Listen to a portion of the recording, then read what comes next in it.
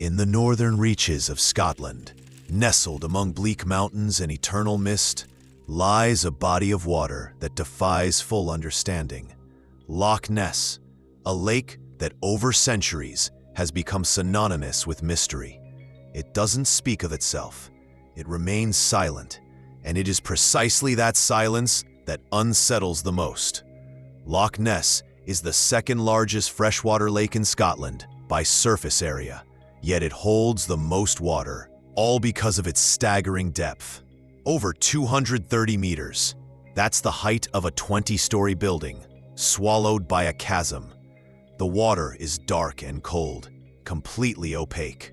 Just a few meters down, light disappears entirely, as if the lake itself refuses to let us see what lies beneath.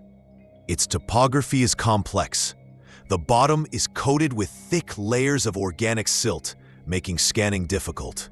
More importantly, there's a theory, never officially disproven, that the lake may connect to the Atlantic Ocean through underwater channels and natural cave systems. Such claims date back to the 1960s, when sonar scans revealed deeper cavities than previously thought, cavities that lacked a clear geological explanation. One researcher, Professor William Keller, once noted, "We may be dealing with caves or submerged tunnels that stretch far beyond the lake itself, possibly all the way to the coast." Few ever quote him, and the question is, why? In 2002, a team of researchers lowered an autonomous underwater camera to explore one such abyss. Within minutes, the signal was lost. The device was never recovered. The official explanation? Mechanical failure.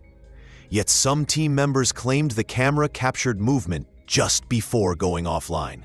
Something large. Something moving faster than any known fish in these waters. Geologists confirm that Loch Ness sits atop the Great Glen Fault, a massive tectonic fracture that runs across Scotland.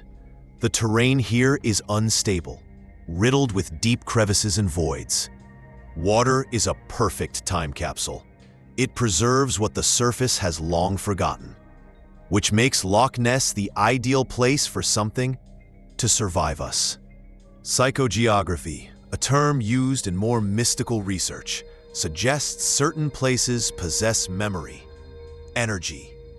And when it comes to a lake that never freezes, even in winter, a lake that has for centuries spawned legends, fears, and unseen shadows, the question arises, what if Loch Ness isn't just a geological feature, but a kind of portal? Not in a magical sense, but a physical one, to depths we cannot or dare not explore. To this day, there is no complete 3D mapping of the lake's bottom. In the 21st century, despite advanced scanners, autonomous drones, and satellite imaging, only fragments exist, partial charts, outdated technology, selective surveys. Vast regions remain uncharted. The reasons? Equipment risk, uneven terrain, limited funding. But are those the real reasons? Loch Ness is more than a lake. It's a mirror reflecting humanity's fear of the unknown, a place where science averts its gaze. And that is exactly why it continues to stay silent. But every so often, that silence is broken. A shape across the water, a shadow in the mist, a sudden swirl that vanishes beneath the surface. People say, "We saw it. It's alive. It's real. It has returned." And in that moment, the legend awakens once more. Her name is Nessie. In 1934, the world held its breath. Newspapers on both sides of the Atlantic published a photograph that made even the staunchest skeptics pause. A blurry yet unmistakable silhouette, a long neck, a small head rising from the dark waters. It was the first and most iconic photograph of the Loch Ness Monster. The author? A respected British surgeon named Robert Kenneth Wilson. Wilson was not a seeker of fame. He even refused to have his name published alongside the photograph when it was handed to the press. His colleagues remembered him as a man of honor, reserved, serious, committed to his profession. And it was precisely this reputation that gave the image extra weight. Who would believe that a respected doctor would risk everything for a cheap hoax? The world could not yet foresee the decades of fierce debate that would follow. The photo was discussed in universities, scientific societies, among military personnel and cryptozoologists alike. Some tried to debunk it. Others quietly analyzed it, unable to explain away what they saw. But Wilson himself remained silent, calm, unwavering. He continued his medical career and never publicly commented on the legend growing around his photograph. In 1969, Robert Wilson died of a heart attack, and only after he was gone did the story begin to change. In 1994, 60 years after that historic shot, the world heard a new version. A man named Christian Sperling, a relative of one of the alleged prank organizers, confessed on his deathbed that the photo had been a hoax, that it was supposedly a small model mounted on a toy submarine, that the entire event had been a masterful deception. This story quickly spread through the media. It was accepted almost without question. But was it all a little too convenient? Wilson himself never admitted to any forgery. He had died without ever retracting the authenticity of the image. Only after his death, when he could no longer defend himself, did the so-called truth emerge. Why not sooner? Why not while Wilson was alive to respond? There's a theory that this confession was nothing more than a calculated attempt to bury an inconvenient fact. Wilson's photo had become too dangerous to simply ignore. It couldn't be entirely debunked through science, so the only way left was to undermine belief, to plant doubt. Logic, too, was not on the side of the hoax narrative. Why would a respected surgeon risk his career over a childish prank? Why were there no witnesses to the supposed model's construction? No photographs, no physical evidence? Why did those involved stay silent for their entire lives, only to speak out on their deathbeds? And another detail: if the photograph was indeed faked, why has no one, even with modern technology, been able to perfectly replicate it according to the described methods? Why does the image still remain a persistent thorn in the side of skeptics? The photograph taken by Robert Wilson is not just a picture. It is a fragment of the unknown, one that was fought over. While the man who captured it was alive, the image stood unchallenged. Only after he was gone did the rewriting of history begin. And perhaps that, in itself, is the greatest clue. For where there are no living witnesses, the truth can be reshaped. And the question remains: what did Robert Wilson truly capture in the dark waters of Loch Ness? And why did someone want so badly for us to stop believing? The testimonies surrounding Loch Ness could easily be dismissed as mass imagination if they hadn't continued for so long and come from such different sources. Fishermen, tourists, locals, even military personnel. Dozens, hundreds of people had shared similar stories across decades. Their accounts didn't sound like fabrications. Many spoke with fear in their voices, others with a cold, restrained conviction that is hard to fake. One of the earliest recorded sightings dates back to 565 AD, when the monk Columba described a creature that attacked a man near the river Ness.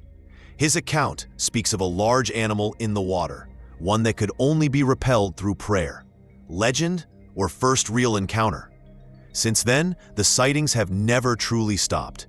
In the 20th century, with the rise of motorboats and photography, reports increased sharply. In the 1930s, local workers building a new road along Loch Ness witnessed a massive creature crawling toward the water. They described it as something closer to a giant lizard than to any known fish.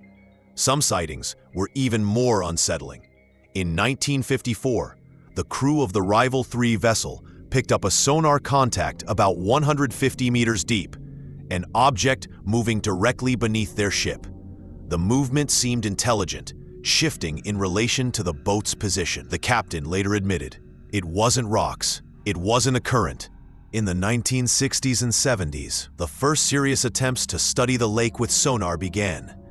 The signals were baffling. Large moving objects detected at depth. Anomalous acoustic reflections that no known fish could explain. Each attempt to get closer to the truth seemed only to raise more questions. It was as if the lake itself resisted being fully known. One of the most significant efforts came in 1972, when the Academy of Applied Science, led by Robert Rines, captured underwater photographs of an object resembling a diamond-shaped flipper, about 2 meters in size. These images sparked intense controversy for years, and once again, just as new evidence came to light, a wave of discrediting efforts followed. Doubts, skepticism, accusations of technical errors.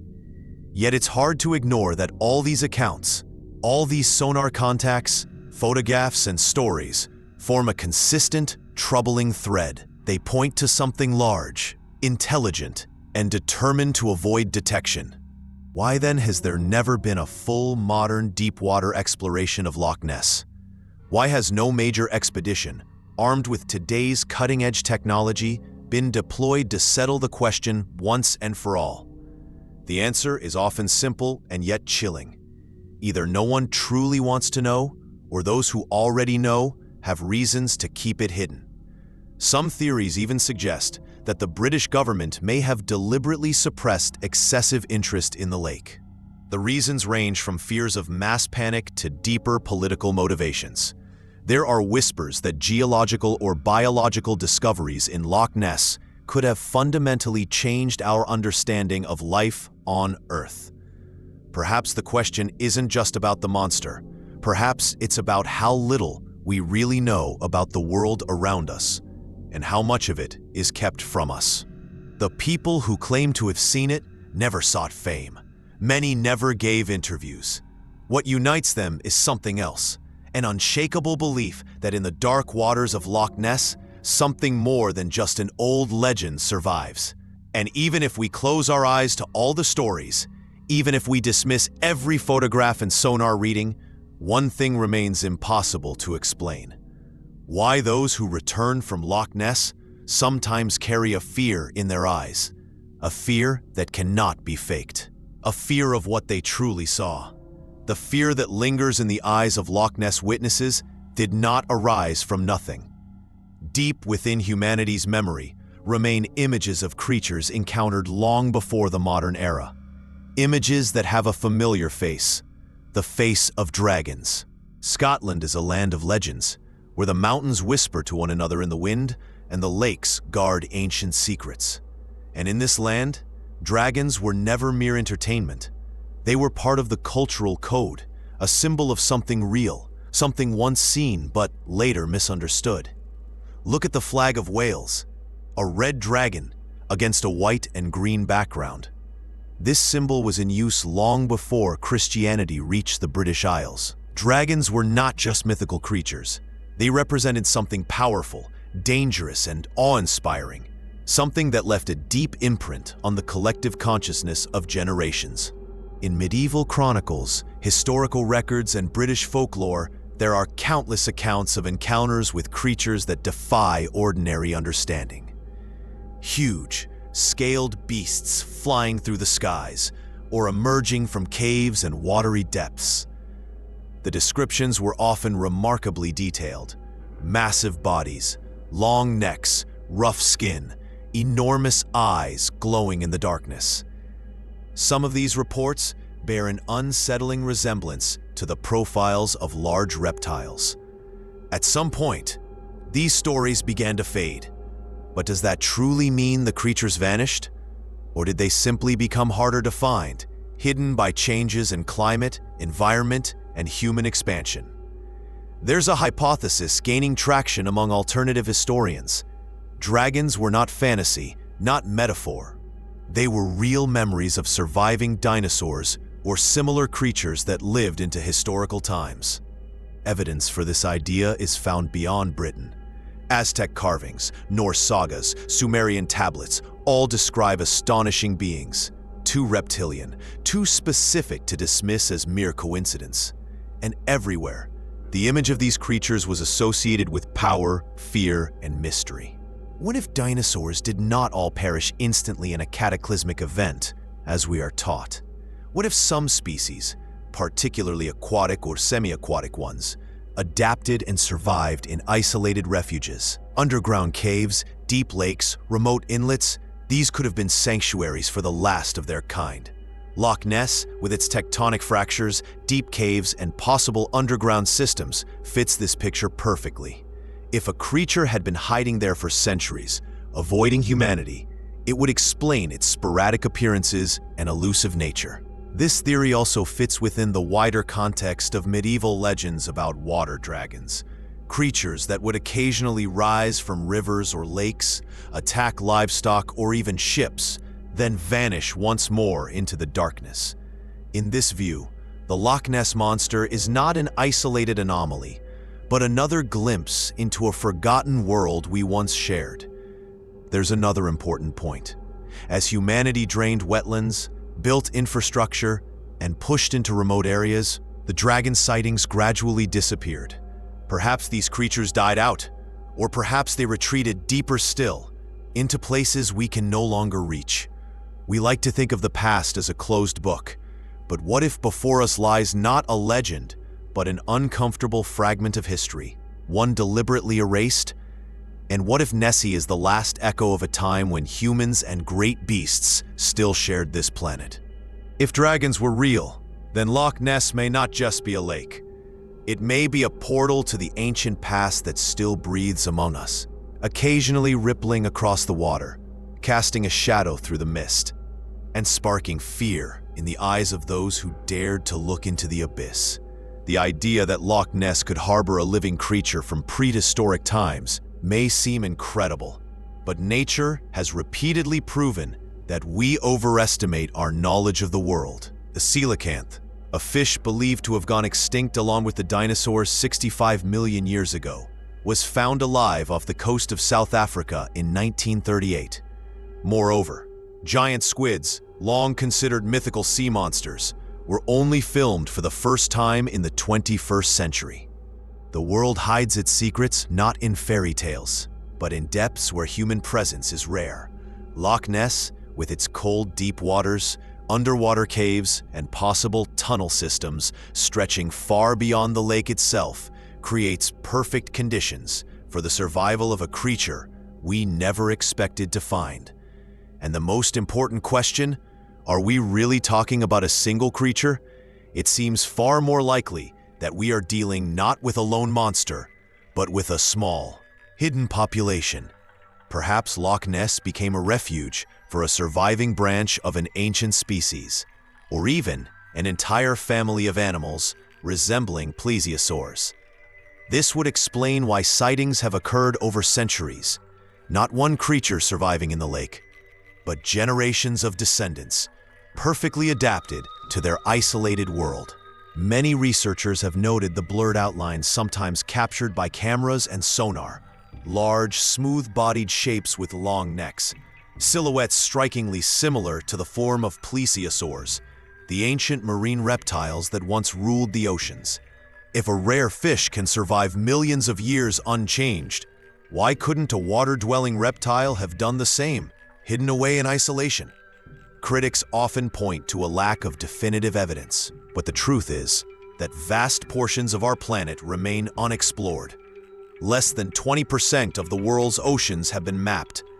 Deep caves and isolated lakes? Far less. Is it really so surprising that a creature could remain hidden for centuries? And Loch Ness may not be the only place. Around the world, there are persistent local legends about massive creatures inhabiting deep lakes and impenetrable swamps. Lake Champlain in the United States, Okanagan Lake in Canada. Hundreds of independent testimonies describing beings that don't fit neatly into known biological classifications. Perhaps we are standing before fragments of a much larger picture, one that humanity refuses to see. And Nessie may only be the first crack in the facade of our imagined control over nature. A small window into another world where the ancient beasts never truly disappeared. They simply learned to hide better than we ever could. Despite years of research, attempts at ridicule, persuasion, and silence, the legend of the Loch Ness Monster refuses to disappear. In fact, it grows deeper, more unsettling. Too many questions remain, questions official science carefully avoids answering. Why even now? Is there no full three-dimensional map of Loch Ness's bottom when technology easily allows it? Why do large portions of the lake remain blank spots, untouched by autonomous drones or deep-sea submersibles? Why have private researchers, who announced serious efforts to explore the lake, so often run into sudden obstacles?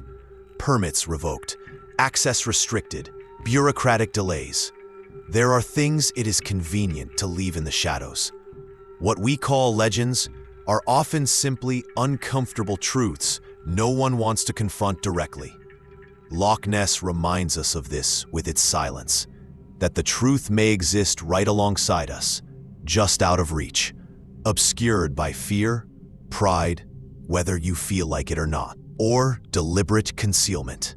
From a scientific perspective, admitting the existence of a creature in Loch Ness would be opening Pandora's box. For with one creature come many more questions. If a plesiosaur survived, what else have we missed? If legends of dragons hold truth, what other beings are hidden in the depths of our oceans and caves? And most importantly, do we truly know the full history of our planet? But even without definitive answers, something stronger than evidence remains: intuition. That feeling that refuses to vanish, the sense that something is out there, something larger than human imagination, something watching us, yet never fully revealing itself. Perhaps that is the true power of the Loch Ness Monster. Not physical proof, not photographs or sonar readings, but the reminder that the world is still unknown, that behind the thin surface of what we call reality, there's still doors into another, ancient world, one that is never fully surrendered to time or science. And if we dare to look deeper, not just into the water, but into our own fears and forgotten knowledge, we may see more than just a shadow in the mist. We may realize that Nessie is not merely a creature. Nessie is a challenge to our arrogance, a quiet reminder that the real mysteries never left us. They are still here, waiting for us to be ready to see.